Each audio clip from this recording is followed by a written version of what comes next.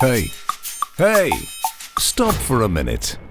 Look at what we accomplished in the last 60 years. Look at how far we got. We are the continent with the highest number of nation countries per square meter in the world. We tried to shorten that number, but it didn't work out, especially in Belgium. It's the first time in our history that we can cross the border between Germany and France without getting shot at, and fly over Croatia without a bomber. For the first time in our history, we're able to differentiate Slovenia from Slovakia and use Austrian-issued coins in Hungary without killing any kings. For the first time in our history, we have a whole generation that don't know borders between our nations, and they sing the same anthem and recognize the same flag. Isn't this a wonderful world? What a wonderful world. With Italians renouncing their national pride to drive German cars, and Germans renouncing their good taste to drive German cars. Who cares? Both cars are produced in the Czech Republic anyway, with Romanian components bought through companies established in the Netherlands or Malta. You gotta love Europe. Brexit?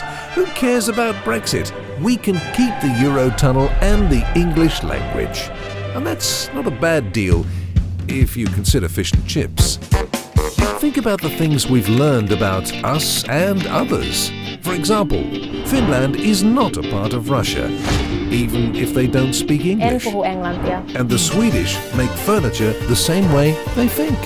We also learned that Eastern Europe is, in fact, Central Europe. The European Union is one of those clubs that, when you're in, you question the purpose, and when you're out, you beg to get in. It's the only one where banknotes don't bear the faces of the founding fathers. Okay, it's not perfect. We have a system obsessed with regulations. But look at the bright side. Always look on the bright side. We have paperwork on Danish Danbo, Greek feta, and we make studies about vacuum cleaners and the prevention of climate change.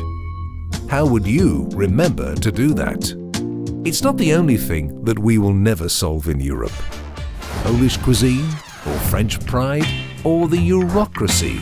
We are such bureaucratic freaks that when the European Union wins the Nobel Peace Prize, it takes 3 institutions to hold it. So bureaucratic that it was easier to create Schengen than end rooming. But what the hell? Who cares? We still miss that question about the Baltic country's capital on Trivial Pursuit. We even believe that there's no problem in the world that the European Union could not solve, should not solve. You know the drill. Good things are on national governments, bad things are on the EU. We always need someone to blame. I know what you're thinking. How about us, the Portuguese? No jokes about the Portuguese? Of course not. We are Portuguese. We are flawless. If we weren't flawless, we would be Spanish. We love our differences. We love Europe. You are our favorite bailout in the world. Come on, think. Think of all that we've achieved in such a short time. This wasn't all accomplished through public opinion, a bureaucratic procedure, or a unanimous decision. It was accomplished because of the nerve of a few. Because they had the balls when it was more necessary than ever.